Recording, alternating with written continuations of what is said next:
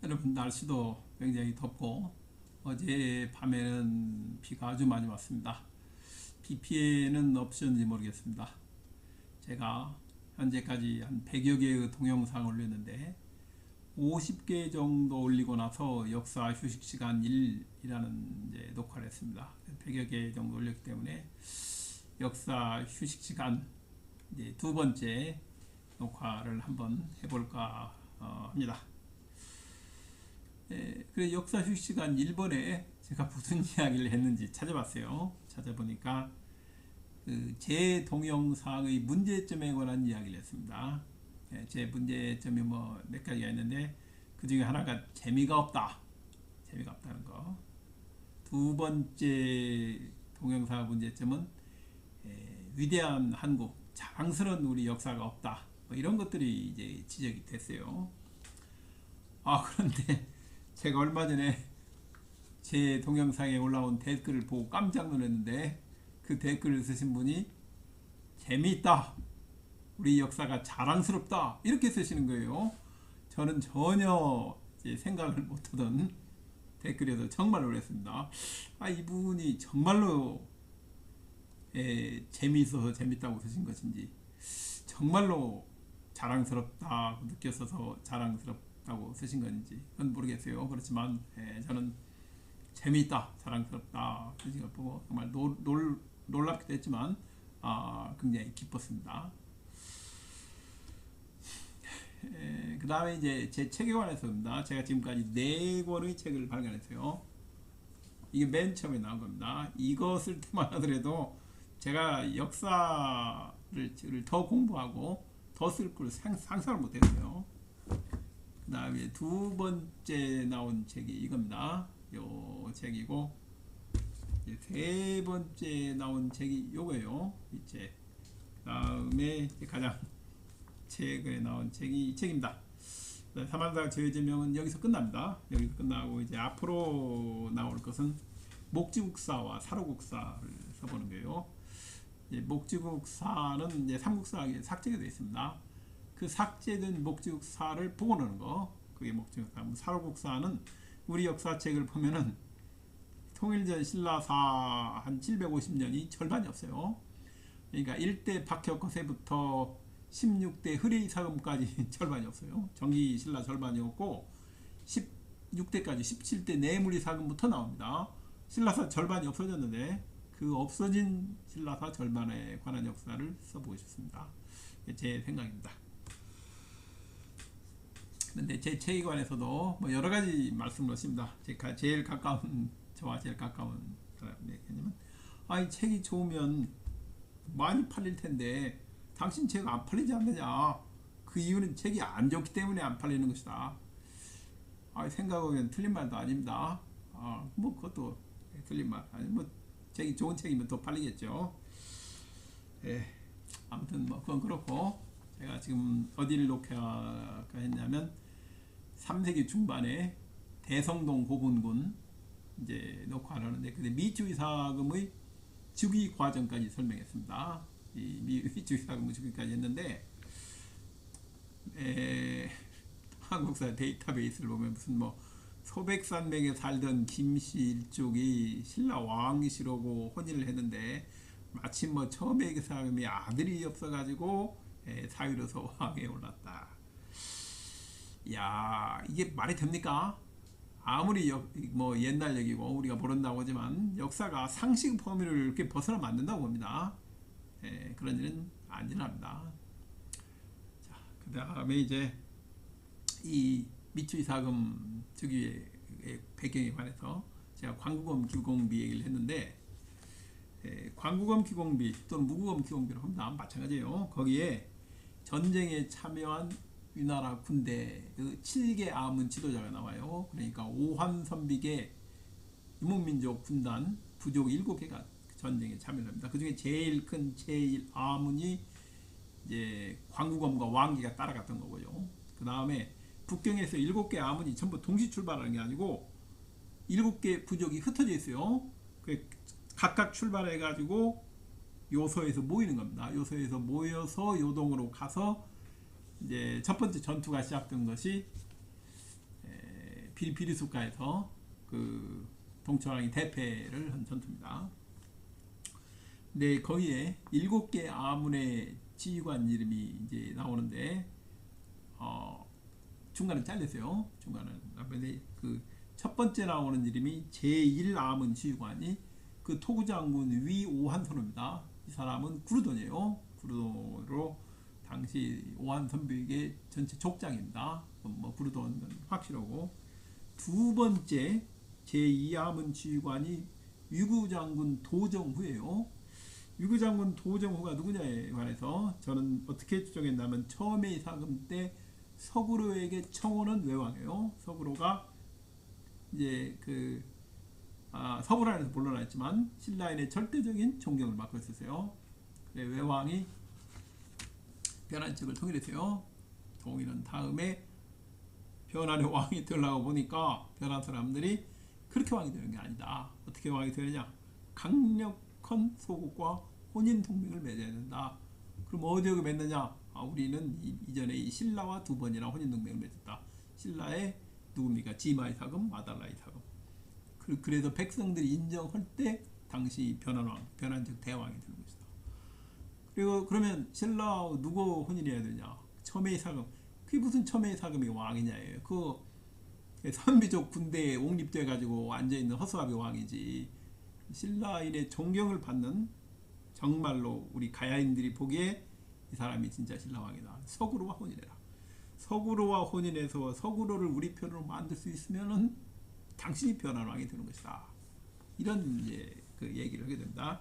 아무튼 그 외왕이 여기 두 번째 제2아문 지휘관인 위구장군 도정후인데, 이름은 중국에서 제게 나오는 아라반으로 중입니다. 아라반. 그 다음에 제3아문 지휘관이 행비장군 영공공인데, 저는 누구로 취향했냐면 삼국사기와 첨예의 사금자와 일본 세계에 나온 외국의 제2인자 갈라고입니다. 이 사람 이제 이 갈라고다. 영 누구가. 그런데 제가 자료를 찾아보니 영 다음 자에 거느릴 영자입니다. 다음 자에 현자까지 판독이 됐어요. 인게 있습니다. 거물현자라고 합니다. 그러면 영현왕, 영현왕일 가능성이 크고, 그 사람이 갈라고일 그렇다는데 어떤 데 보니까 거물현자를 있는 걸 볼 때 혹시 현도가 거물현자이기 때문에 영현도 태수가 아니겠느냐. 그러면 거기 전투에 참여한 왕기다. 이런 주장을 하는 걸 봤는데, 선비족 출신 아닙니다. 왕기는 거의 나올 이유가 없어요. 왜 광구검은 거기 명단이 안 나옵니까? 선비족 각 족장들 7개 아문의 족장을 쓰는데 광구검은 선비족 출신 아니니까 안 나오는 거 맞거든요. 왕기가 그 세 번째로 나올 이유가 없습니다. 그래서 거기는 왕기가 아니고 제3아문 선비족에서 세 번째로 큰 세력이에요. 영현왕으로 추정한다는 말씀을 드리고 싶습니다.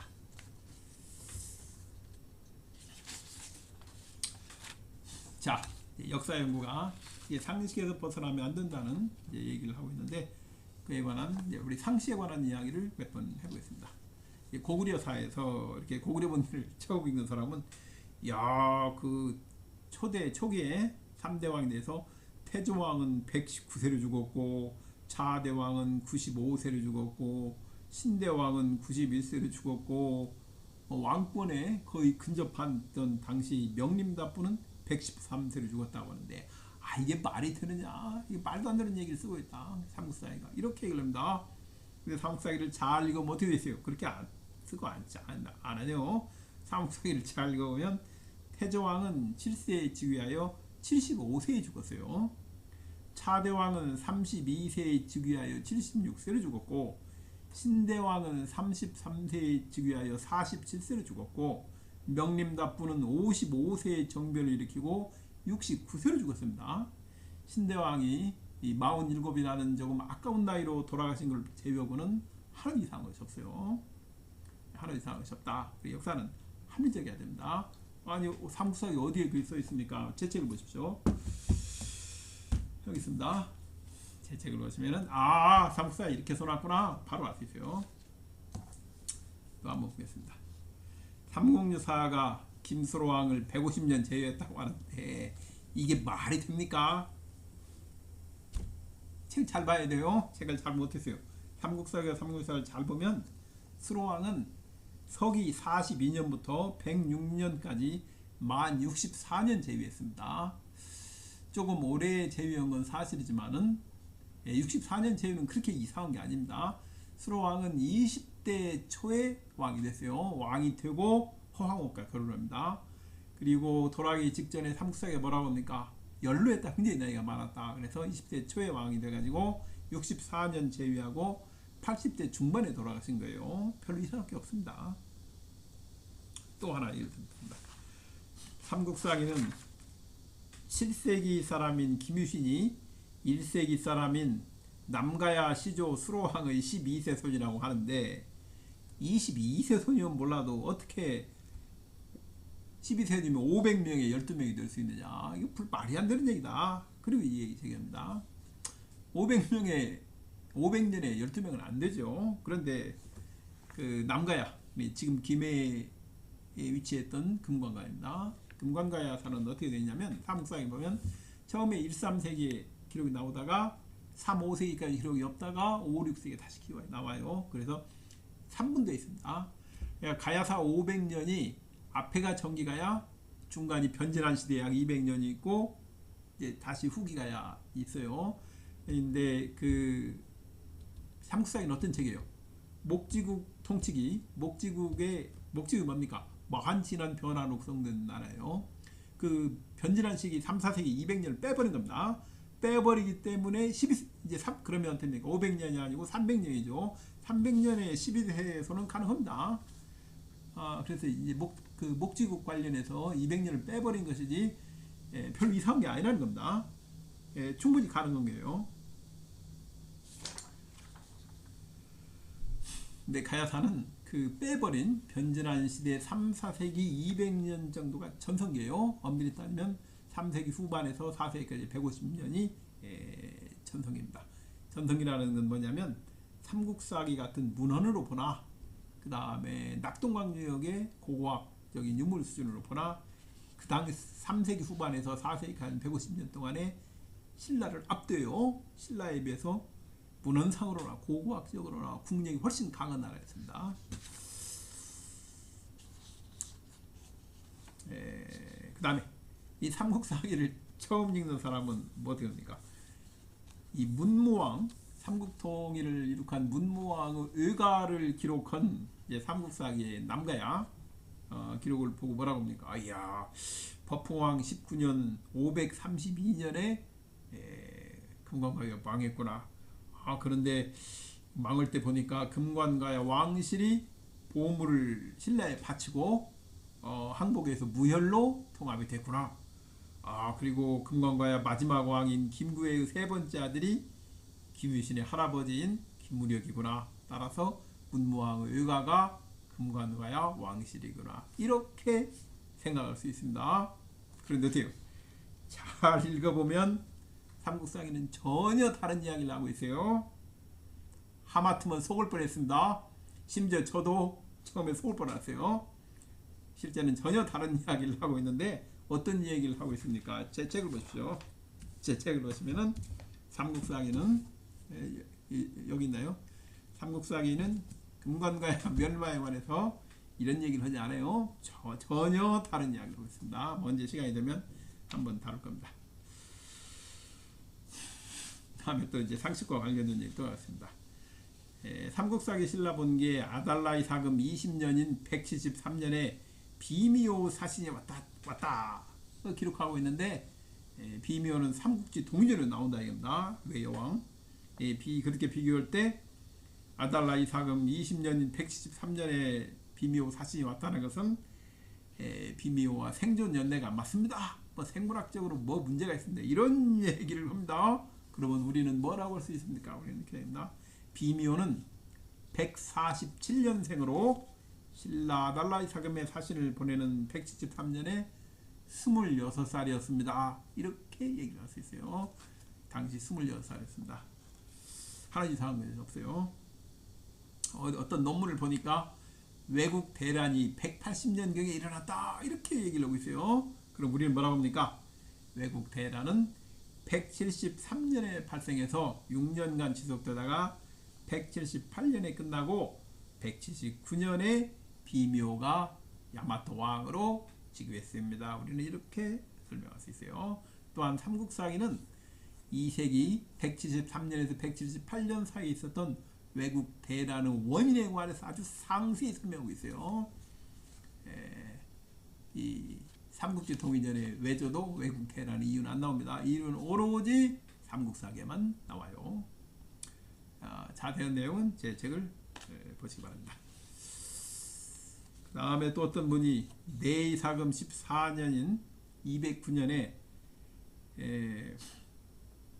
신라가 포상팔국의 공격을 받은 가야를 구원했다는 이 포상팔국 전쟁이 4세기의 기록을 옮겨놓은 것이다. 삼국사 이렇게 얘기하는 거 봤어요.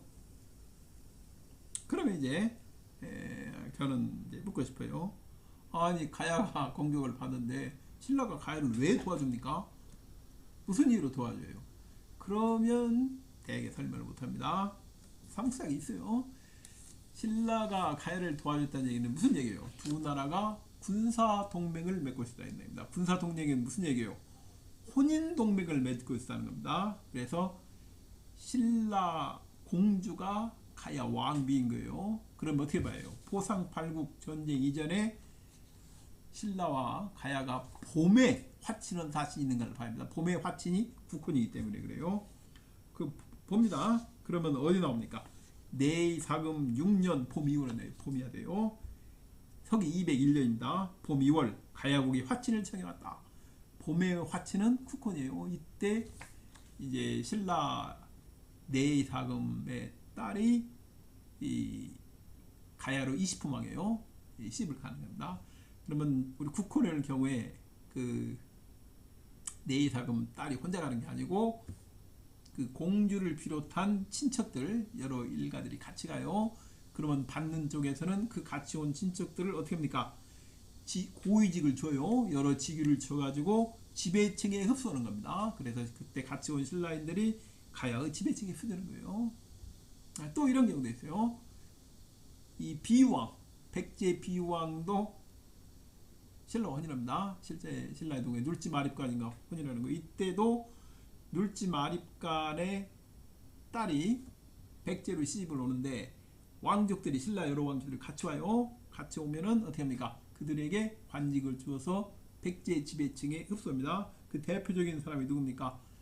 이 문주왕이에요. 문주왕 모도. 문주왕 모도는 그때 온 신라계 출신입니다. 그래서 관직을 받는 거예요. 그 이후로 계로왕으로 받고 둘이 혼인동맹을 맺고 있었기 때문에 계로왕이 고구려 장수왕의 공격을 받을 때 신라가 어떻게 합니까? 구원하는 겁니다. 혼인동맹이 있었기 때문에 이게 가능한 겁니다.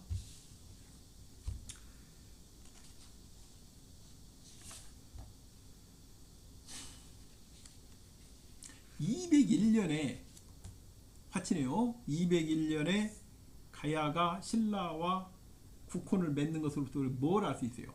목지국의 변환지역 통합이 이미 2세기 말부터 시작되고 있어요. 근데 2세기 말부터 주변 소국들이 하나씩 목지국에 정복되고 있습니다. 여기서 가야가 두려움을 느껴가지고 당시 변전한 지역 최강국인 사로국, 신라죠. 사로국과 혼인동맹을 맺은 거예요. 삼국사기를 보면 이 삼국지 통일전에 나오는 한주에 나오는 여러 사항들을 잘 알 수 있어요.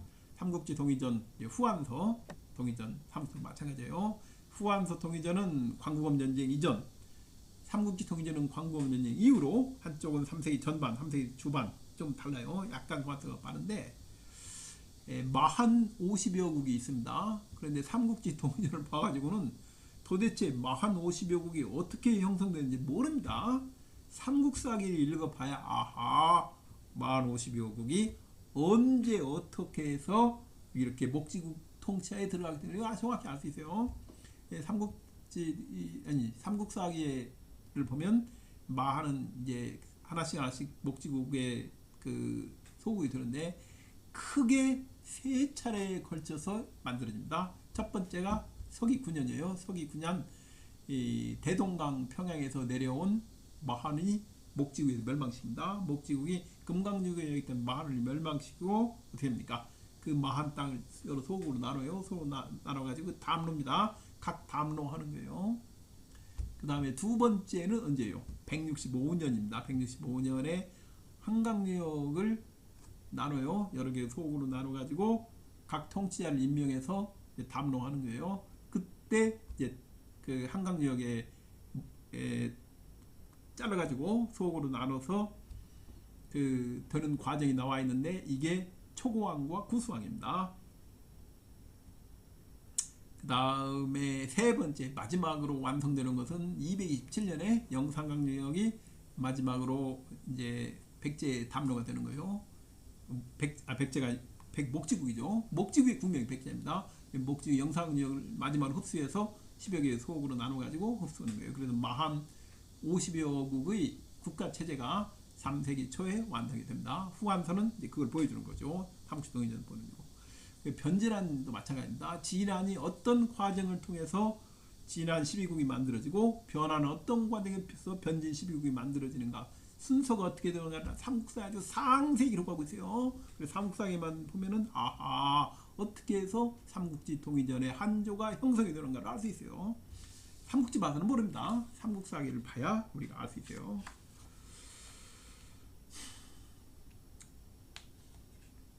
우리 학계가 일본 서기를 이제 인용을 하는데, 일본 서기를 인용하다 보면 참 근거 없는 내용들 많이 있는데, 무슨 뭐 근초고왕이 만을 정복했다든가 전혀 이제 엉뚱한 이야기를 하고 있는데 연도를 못 읽기 때문에 그래요. 저는 일본 서기를 인용할 때 기년을 모르면 구체적으로 5세기 중반까지입니다. 이전이에요. 그 5세기 후반은 뭐 1, 2년 사이로 정확합니다. 5세기 그 중반까지 기록을 인용할 때는 연도를 확실히 아는 경우만 인용을 해야 됩니다. 연도를 모르고 인용하면 이제 잘못된 해석을 할 수 있어요. 그러니까 이제 이런 겁니다. 제가 여기에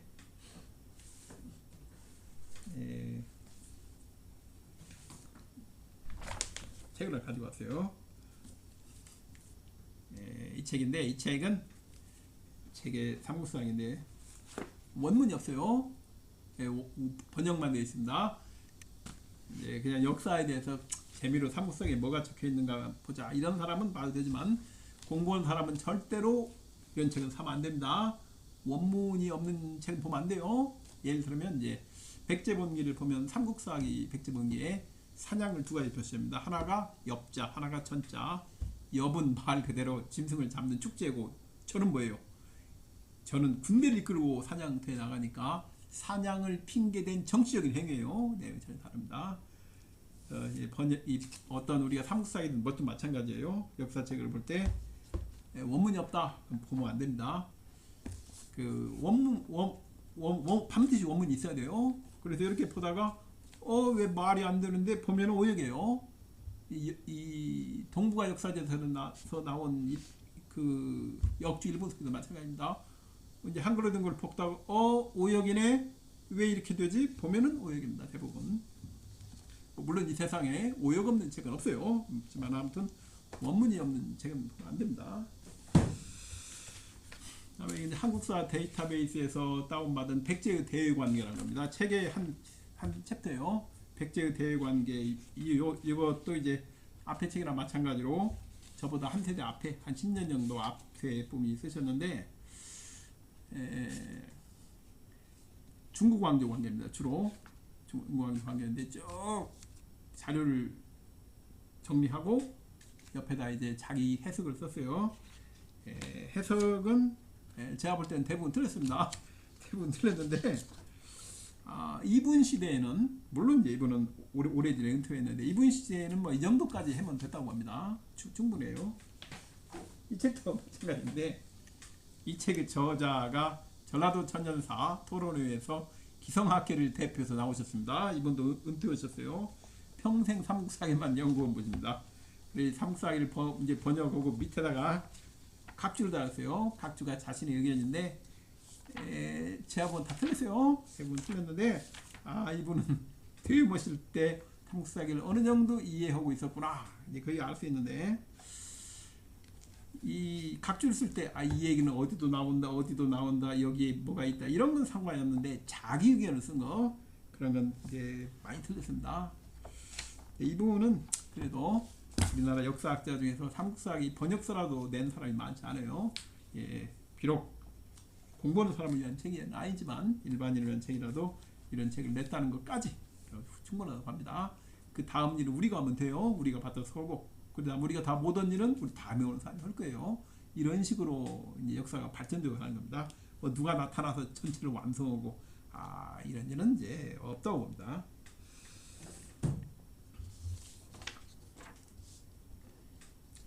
그 다음에 또 상식적인 거에 관해서 한번 얘기를 해보겠습니다.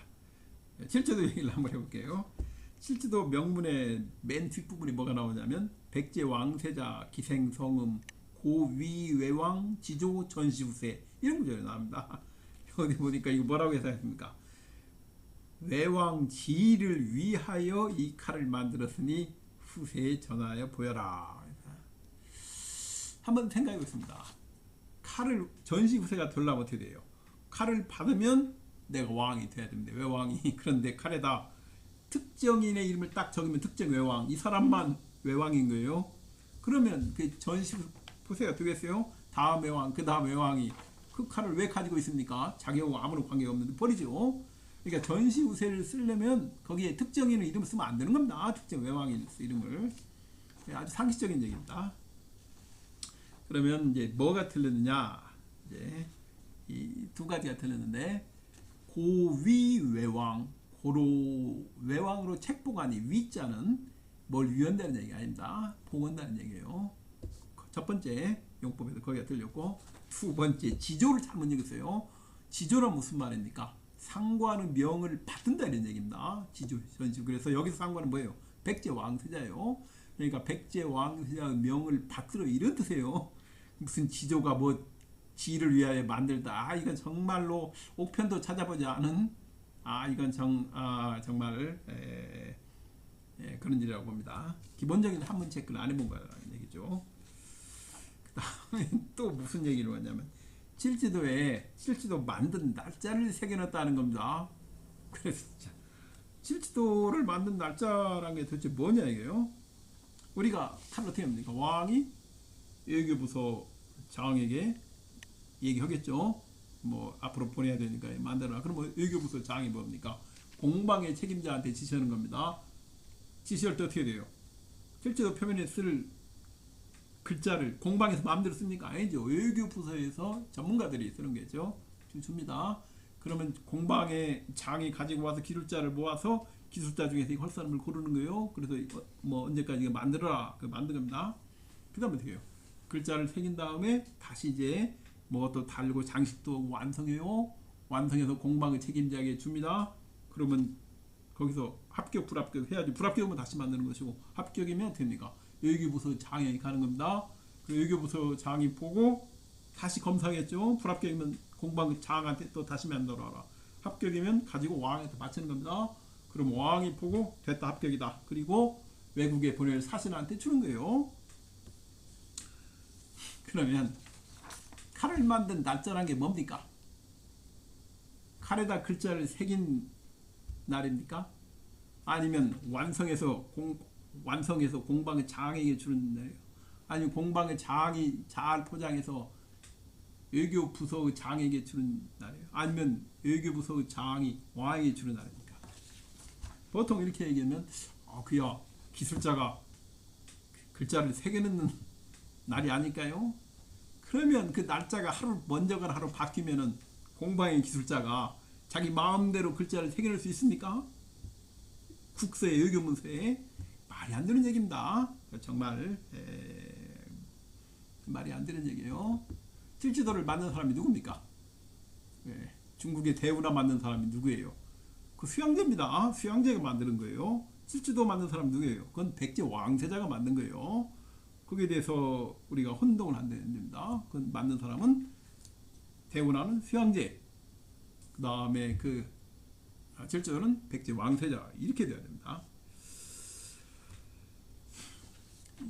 실제도를 얼마나 이해하고 있는가를 판별할 수 있는 간단한 방법이 있어요. 어떻게 하느냐면 실제도에 62여 글자가 있다면 총 숫자만 줘요. 그리고 실제도가 아직 발굴되지 않았다. 그거 가정해야 됩니다. 그 다음에 실제도가 만약에 발견될 경우에 그 표면에 글자가 새겨 있으면은 국서가 60여 자가 새겨 있으면 어떤 글자가 새겨 있는지 글자를 한번 추정해봐라. 몇 글자나 쓰는지 확인해보는 겁니다. 한번 써보라고. 이게 가장 정확한 실제도 이해를 검증할 수 있는 방법인데, 그래서 20글자 이상 맞춰요. 왜 글자가 들어가는지 설명해야 돼요. 편견은 없애야 됩니다. 문헌 사료만을 참고해서 실제도라는 책이 그 칼이 있고 글자가 있으면 이러이러한 글자가 나와야 됩니다. 글자를 하나씩 예측해 보는 거예요. 적어도 20글자 이상은 맞춰야 됩니다. 20글자도 못 맞춘다? 그러면 실제도에 대한 기본적인 이해가 안 됐다고 그렇게 판단할 수밖에 없어요. 다음에 또 하나, 가장 최근에 나왔던 것 중에 하나, 곤지가 무령왕을 임신한 그 계로왕의 왕비를 데리고 외국으로 가던 해가 461년이에요. 거기에 일본 성인은 뭐라고 생각해야 되는가? 그때가 46살인데 이미 곤지에게 5 아들이 있었다. 5왕제가 있었다. 이렇게 됩니다. 46이면은 그 당시에 46이면 이미 자식을 다 낳을 때가 되니까 5 왕자가 있었다는 말은 합리적 기록이에요.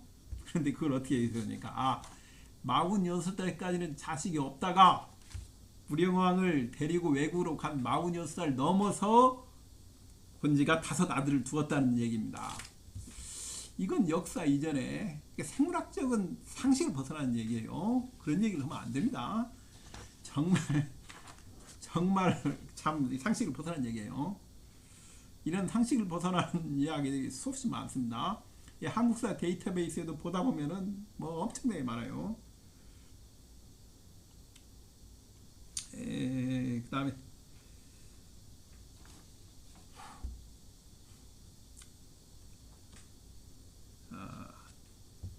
이 곤지가 461년에 어떻게 이 무령왕을 임신한 아들을 데려가 외국으로 가요.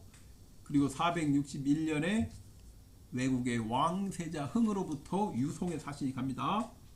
그래서 그 다음에 유송에서 그 왕세자 흥을 외왕으로 책봉을 해요. 외왕을 책봉하니까 외국에서 무라는 외왕이 와서 내가 외왕이다. 이미 흥은 죽었고, 그런데 이 사람은 책봉을 요구하지 않아요. 스스로 칭합니다. 스스로 자기가 외를 비롯해 7나라의 통치자다. 그래요. 그때가 웅약 5년주에 실려있는, 웅약 5년이면 462년이, 그 다음에 462년이 웅약 6년이에요. 이에 대해서 뭐라고 하느냐면, 곤지가 가자마자 외국 정권이 흥에서 무로 바뀌었기 때문에 곤지가 무가 될 수는 있다. 그러나 곤지가 간 해가 웅약 5년이기 때문에 웅약은 될 수가 없다. 이런 식으로 이야기를 합니다. 얼핏 들으면 맞는 거예요. 그런데 일본서기에 뭐라고 써 있는가를 확인을 해봐야죠.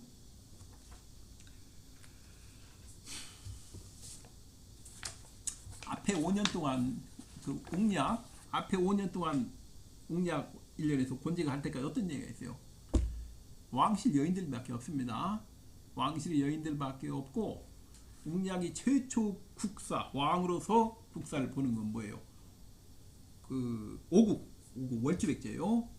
오국에서 온 사신을 접대하는 겁니다. 왕으로서 첫 번째 업무를 보는 게 462년이에요.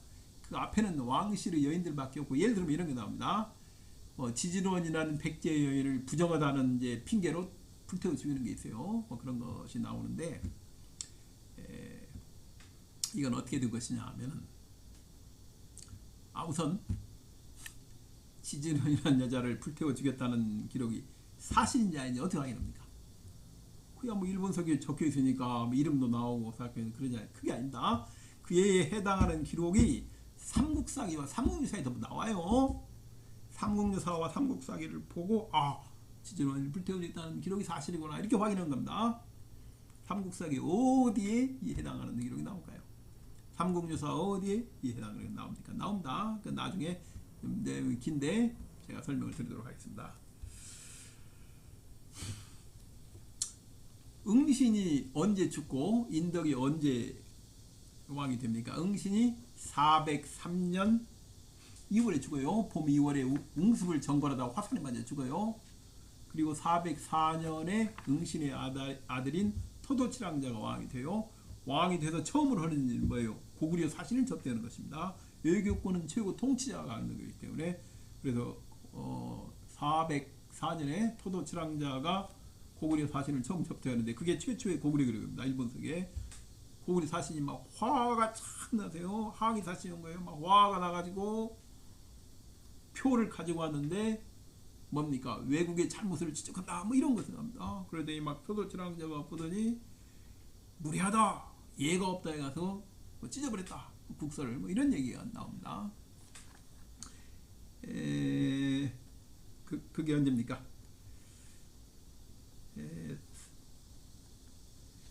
404년 9월에요.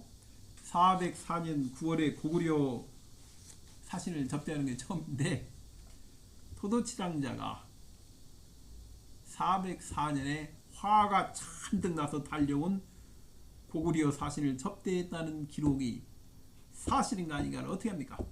이건 사실이에요. 404년 영락 14년에 외의 대방계 침공이 9월에 사신이 왔으니까 한 달 전 8월이 말 수 있어요. 아, 대방계 침공 사건을 항해로 왔구나, 알 수 있어요.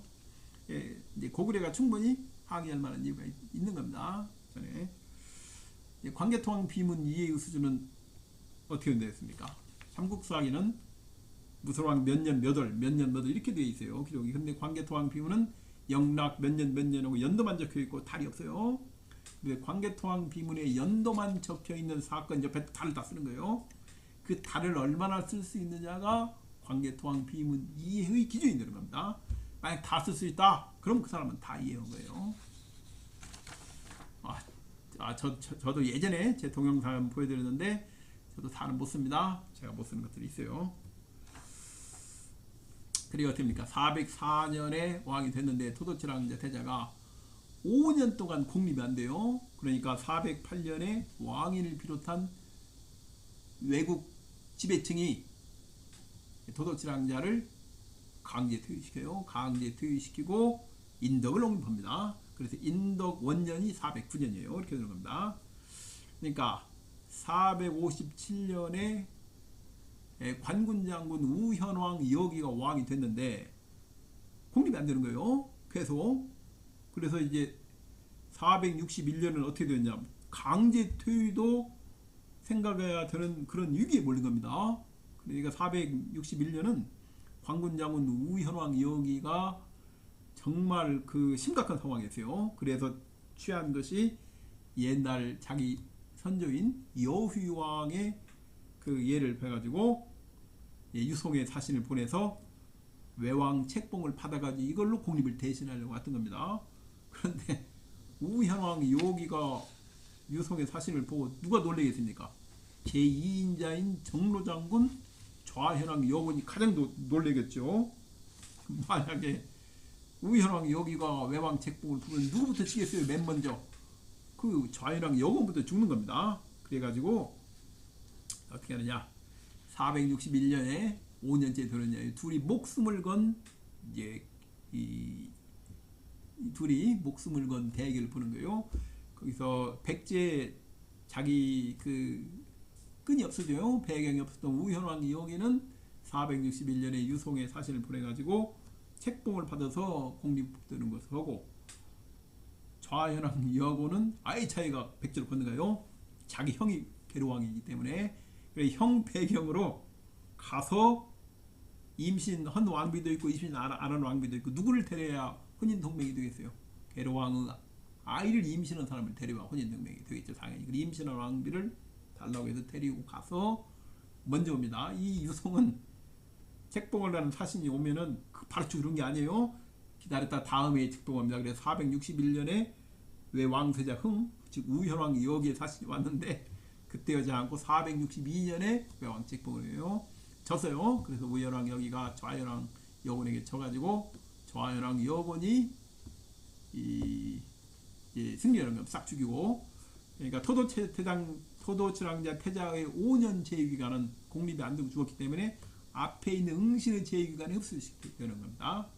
그러니까 이와 마찬가지로 그 우현왕 여기에 5년 제위기간은 없어지고 공기 만들고 죽었으니까 좌현왕 여곤의 제위기간에 통합되는 거예요. 그래서 웅략천왕 5년에 건너가는 겁니다. 웅략천왕 6년이 이제 3월에 봄 3월에 공립하고 자기가 왕이 되는 거예요. 그래서 웅략천왕이 최초로 온 국사가 462년에 그 월주백제 오국의 사신을 접대는 겁니다. 예, 그렇게 되는 겁니다. 그게 일본 서기 어떻게 쓰는가만 알면은 아주 간단해요. 어려운 문제가 있습니다.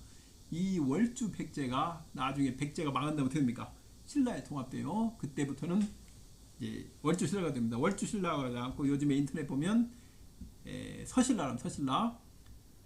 그래 이제 백제가 고구려가 망한 다음에 통일신라 때는 한반도의 동신라와 그 중국 동부에 서신라가 있어가지고 아라비아 상인들이 통일신라 시대에 8세기, 9세기 뭐 9세기에 지금의 그 중국의 동부 해안 지방 우리 그러니까 서신라죠. 그 월주백제 전에 월주백제요. 쪽으로 갑니다. 가서 뭐라고 합니까?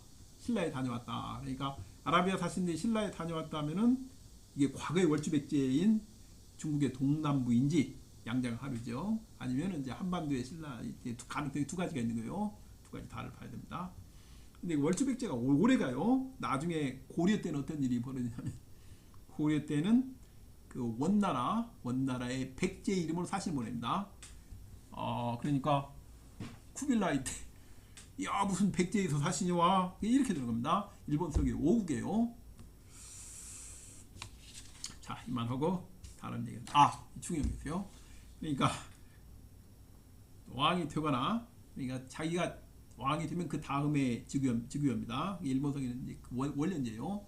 그리고 그 다음에 그러니까 즉위원회나 그 다음에 2년째 왕후를 세우고 공립되는 게 원칙이에요. 근데 5년 동안 공립이 안 되면 즉 왕후를 못 세우면 심각한 위험에 빠지게 되는 겁니다. 이로부터 우리가 뭘 알 수 있느냐? 응신이 15대 진왕인데 14대 진왕이 여휘예요. 여휘의 즉위년들을 알 수 있어요. 그러니까 여휘가 386년에 백제왕 책봉을 받는데 그런데 그 얘기는 385년에 백제 왕세자 이름으로 책봉을 요구하는 사실을 보낸 거예요. 그러면 그 애가 즉위 5년쯤 됐을 가능성이 굉장히 높습니다. 그럼 우리가 추정합니다. 14대 진왕, 그 응신 앞에 진왕인 여휘왕은 381년에 즉위했구나. 우리가 알 수 있어요. 그럼 언제 퇴위하느냐? 그건 388년인데 그 얘기를 하면 길어요. 어디 여휘왕이 388년에 퇴위했다고 나옵니까? 삼국사기 뭐야 하는 것인데 그건 나중에 이야기가 길기 때문에 나중에 하겠습니다. 그 다음에 이제 그러면 461년에 곤지를 따라서 외국으로 간 무령왕의 어머니는 이후에 어떻게 살았을까? 그 재밌습니다. 일본서기 보면은 이거 나와 있어요. 개인적으로 행복하지 못했습니다. 그 자식을 하나 있었는데 낳자마자 생이별을 했어요. 무령왕은 바로 백제로 돌아갔으니까 그러니까 아들을 낳자마자 어머니하고 생이별을 한 겁니다. 그래서 외국에 갔는데 어떻게 일본서기를 보면 자식이 하나도 없어요. 자식을 못 낳았어요. 이 얘기는 무슨 이야기냐면 곤지는 이미 그 전에 부인이 셋이나 있어요. 그러니까 곤지의 부인이라기보다는 곤지가 외왕이 되어서 공립을 하기 위해서 데려간 형식적인 부인이었어요. 형식적인 그게 다 있어요. 그 다음에 곤지가 외국을 아주 철권통치입니다. 그냥 뭐 배우는 게 없어요. 막 무지막지하게 사람을 죽이고 그 외왕 무의 국서를 보면 평생이 정복전쟁이에요. 그런데 단 한 사람한테 꼼짝 못합니다. 바로 왕후의 무령왕 어머니 앞에는 꼼짝 못해요. 그 무령왕 어머니 귤인데 그게 마지막 기록이 건너간 지 10년째 되는 웅략 14년도예요. 이게 470년입니다. 여기 일본서기를 보면 무슨 내용이 나오냐면 이때 황후가 하늘을 우러러 탄식하고 눈물을 흘리며 슬퍼했다. 이게 뭔가 사건이 생긴 게 아닙니다. 이때 왕후가 죽은 게 아닌지 그나마 30대에 있고요. 아들 하나 낳고 20대 무령왕 하나 낳고 30대에 젊은 나이에 죽은 게 아닌지, 그러니까 개인적으로는 굉장히 불행했습니다. 그렇지만 이 사람이 갔기 때문에 백제를 구했어요. 백제를 구했다는 말이 무슨 말이냐? 둘이 혼인동맹, 즉 군사동맹을 맺으면 어떻게 해요? 한 나라가 위기에 빠지면 다른 나라가 도와줘야 된다. 475년 개로왕 때 고구려 장수왕이 3만 대군을 이끌고 백제를 공격으로 내려와요. 그러면 혼인동맹에 의해서 곤지가 구원군을 파괴해야 되는 겁니다. 그래서 어떻게 되느냐면 곤지는 그래요. 아니 외국에서 한 서울까지 그게 구원이 됩니까? 물론 이제 배 타고 가야 되겠지만, 그러니까 시급한 거죠. 그래서 당시 백제에서 가장 가까운 규슈 지역 군대를 모아가지고 급파를 해요. 그러니까 목현만치를 사령관으로, 조미걸주를 부사령관으로 하는 군대를 이제 급파를 하는 거예요. 급파했는 거 못 보고 나옵니까? 여러 가지 알 수 있는데, 거기에 일본색에 보면 장수왕의 발언이 나와요. 그 어떻게 일본색에 실렸는가 모르겠어요. 장수왕의 참모 중에 한 명이 나중에 또는 전쟁 중에 이탈해가지고 그 외국으로 건너왔고, 또는 그 사람이 남긴 기록을 보고 일본성 편자들이 물론 그대로 쓰는 거 아닙니다. 바꿔가지고 적당히 썼겠지만, 그게 뭐가 나오냐면 왜 장수왕이 함성을 점령한 다음에 더 이상 내려가지 않는가 이유가 나와요. 이 부하 장군들이 더 내려갑시다, 아예 더 내려가서 백제를 아예 다 멸망시켰다 하니까 뭐라고 합니까? 백제국은 일본국의 관가로서 그 유래가 오래되었다. 그래서 못 내려간다예요. 이건 정확한 기록입니다. 물론 국서에 당시에 장수왕이 뭐 백제국은 일본 관가 이런 말 안 했겠죠. 일본이라는 이제 나중에 그 7세기 후반 나중에 만들어보면 다른 얘기를 했을 거예요. 하지만 뜻은 그런 얘기입니다. 일본국의 관가라는 건 뭐예요? 백제가 외국의 왕비족이었다는 얘기입니다. 두 나라가 혼인을 통해서 군사 동맹을 맺고 있었다는 얘기예요. 그 다음에 유래가 오래되었다. 유래가 오래돼서 언제 어떻게 둘이 이 군사 동맹을 맺는가는 삼국사기 4세기 초 비류왕조를 보면 알수 있어요. 4세기 비류왕조는 외국과 그 백제가 두 나라가 혼인 동맹을 맺어가지고, 즉 백제가 외국의 관가가 되는 상황이 아주 상세히 적혀 있어요. 비류왕조 보면 이렇게 해서 두 나라가 처음으로 두 나라가 왕족과 왕비족으로 결합해서 백제를 공동 통치하게 되었구나. 자세히 알 수 있어요. 나중에 제가 할 겁니다. 아니 비류왕조 어디서 적혀 있습니까? 상세히 적혀 있어요. 비류왕조 보니까 약 150년입니다. 475년까지 하면. 그렇기 때문에 유래가 오래됐다는 장수왕의 말은 그 맞는 거예요. 그 다음에 동서왕이 귀국해가지고 왕이 되는데, 동서왕이 외국에 살았기 때문에 백제에 별다른 기반이 없을 텐데 어떻게 백제 그 혼란스러운데 왕이 될 수 있냐, 이걸 두고 전라도 천년사는 뭐라고 얘기했냐면 솔직한 얘기를 했어요. 알 수 없다, 모르겠다. 그 전라도 천년사의 부분을 쓴 사람은 아주 솔직한 얘기를 했어요. 어디를 보면은 동서왕이 귀국할 때 축자국 군대 500명이 호위했다. 그래서 그 500명 군사력으로 왕이 된 것이야. 말이 안 되는 얘기입니다.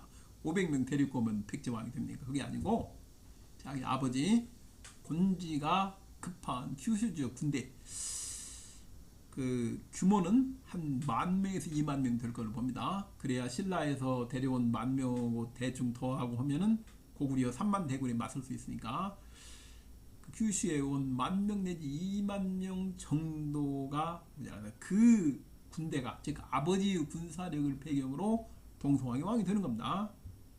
아니 규슈 지역에서 왔는지 어디서 왔는지 당신이 어떻게 합니까? 당시 가장 급한 상황에서 가장 가까운 데 군대 갈 수밖에 없어요. 근데 그 군대가 사실은 477년 곤지가 천도했을 때, 아니 곤지가 외국으로 천도했는데 어떻게 합니까? 일본성에 보면 웅략조에 곤지 천도에 맞춰가지고 강료들이 싹 없어져요. 그러니까 대부분의 강료들이 일부 원로 대신 남겨놓은 거 전부 다 보따리 싸가지고 강족 가족들과 함께 백제로 천도를 한 거예요.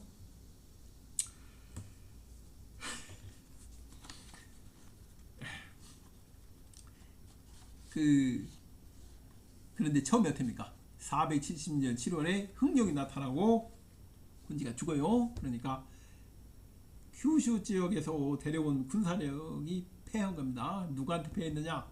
문조왕이 데려온 신라에서 데려온 백제 중앙군, 백제 중앙군이라는 것이 문조왕이 데려온 신라 기병부대 여기에 패한 것이 아닌가 이렇게 봅니다. 그리고 패하고서는 그 다음에 됩니까? 패하고 그 군대가 영산강유역으로 후퇴해요. 왜 영산강유역? 영산강유역이 백제 부여시, 목시, 사시에 큰 것입니다.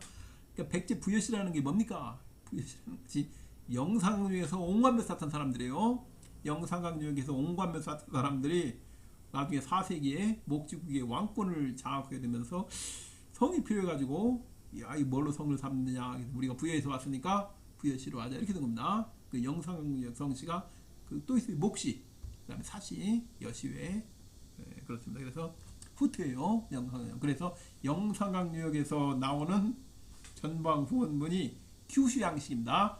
병사들이 그 무덤 쌓은 사람들이 큐슈에 온 군사들이기 때문에 그건 당연한 겁니다. 다음에 어떤 사람이 보니까 무령왕이 그 동성왕의 제2자라고 한 삼국사기 기록에 대해 틀렸다. 삼국사기 말이 안 된다 이렇게 얘기를 합니다. 아니 어떻게 무령왕이 동성왕의 아들이 될 수 있냐? 그것도 둘째 아들, 첫 큰아들도 아닌 둘째 아들 될 수 있느냐? 이건 삼국사기 오류다. 백제본기의 제2자가 뭡니까? 제2자는 앞에 쭉 보면 같은 계열에서 왕통이 바뀌는 거예요. 부자관계가 아닌 거예요. 같은 왕 계열, 같은 계열은 다른 계열이 아니고 전혀 다른 계열, 같은 계열 내에서 부자관계가 아니고 왕통이 교체될 때 쓰는 게 제2자입니다. 그러면 정확한 겁니다. 무령왕은 동성왕은 무령왕보다 20년 정도 연상해요. 무령왕은 20년 정도 연하지만 같은 친척이지만 부자관계 아니니까 그 어떻게 쓰는 겁니까? 무령왕은 동성왕은 제2자 이렇게 쓰는 거예요. 그래서 삼국사의 기록이 정확한 겁니다. 마지막으로 이제 무령왕 이야기를 한 번만 더 보는데 삼국사기는 목지국사가 삭제돼 가지고 도대체 목지국이 어떤 나라인지를 알 수가 없는데 당시 목지국의 개념을 알 수 있는 중요한 자료가 있습니다. 그건 바로 양직공도예요. 무령왕, 그 양직공도 무령왕을 보낸 사신이 한 얘기입니다. 6세기 이 양직공도를 보면 요소백제가 나타나요. 요소백제는 목지국입니까? 위례국입니까? 목지국에 위례국 아무 관련이 없어요. 어떤 사람이 근초고왕 때 고흥이 서기를 썼다는데 그 서기가 지금까지 남아있으면 거기에 요소백제의 기록이 있을 텐데 없어요. 고흥의 서기에는 요소백제 기록 없습니다. 자신들하고 아무 관계 없어요. 근초고왕은 위례국 왕이고 그 여우군은 목지국 왕이에요. 목지국 기록에 있는 것이지 위례국 기록에는 없습니다. 고흥의 서기를 만약에 지금 볼 수 있으면 그게 무슨 나오고 있어요. 대유관계는 주로 백제의 사신을 보냈다. 백제의 사신이 왔다. 백제왕의 생일에 뭐 축하뭘 보냈다. 뭐 이런 얘기 나올 겁니다. 우리가 지금 보면 황당하죠. 아니 이게 무슨 소리요? 그 고흥의 서기가 언제 없어졌느냐? 저는 무슨 고구려의 뭐 육이나 그 다음에 신라의 거칠부가 썼다는 국사랑 마찬가지로 목지국 기록 삭제할 때 전부 다 소각한 걸로 봐요. 국가에서 모아가지고 싹 폐기한 것이 생겼습니다. 그러니까 남들이 한 게 아니고 우리가 우리 손으로 다 폐기한 걸로 저는 그렇게 생각했습니다. 그 다음에 양직공대 22 담로가 나와요. 담로제는 위례국 기록입니까? 목지국 통치제도요. 목지국 통치제도의 제도를 얘기하고 있어요. 그 다음에 양직공도를 보면 백제의 속국을 들어요. 백제의 속국이 도는데 신라 또는 사라라고 하는데 신라가 당시 백제의 속국이라고 나옵니다. 이에 관해서 터무니없는 얘기를 하고 있다. 어떤 사람이 방송에 나와가지고 무령왕을 비난해요. 이 백제인들이 사기치기를 좋아해가지고 무슨 뭐 신라 사신이 중국어를 잘 못하는 걸 이용해가지고 무령왕이 거짓말. 터무니없는 얘기입니다.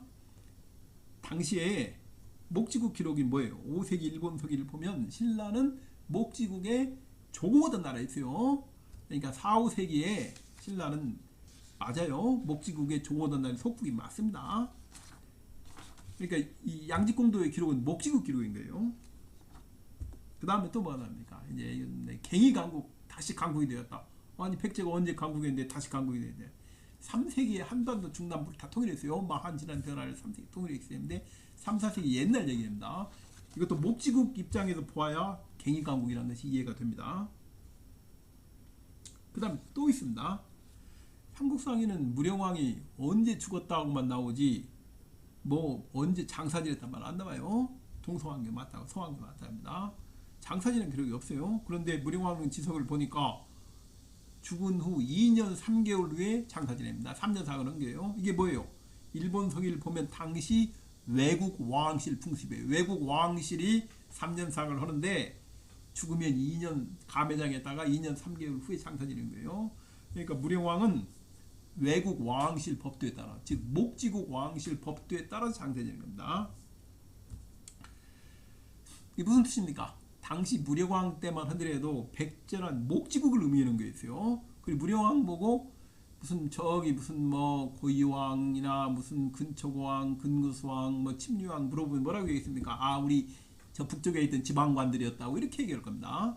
그러니까 무령왕이 생각하는 백제 왕력이란 무령왕 자신 앞에는 동서왕이 있고 동서왕 앞에는 웅략천왕이, 물론 웅략천왕이라는 이름 아니겠죠. 그건 나중에 일본 속에 있을 때 쓴 거니까. 웅략천왕 앞에는 안강천왕이 있고 안강천왕 앞에는 뭐 윤공천왕, 뭐 다른 이름이겠지만 윤공천왕 앞에는 반정천왕, 반정천왕 앞에는 뭐가 있습니까?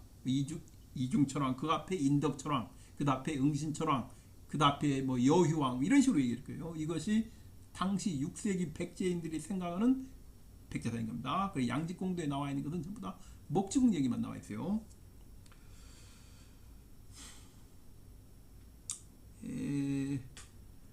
벌써 시간이 1시간 가게 돼가지고 오늘 여기서 마치고자 합니다. 자, 여러분 다음에 뵙겠습니다.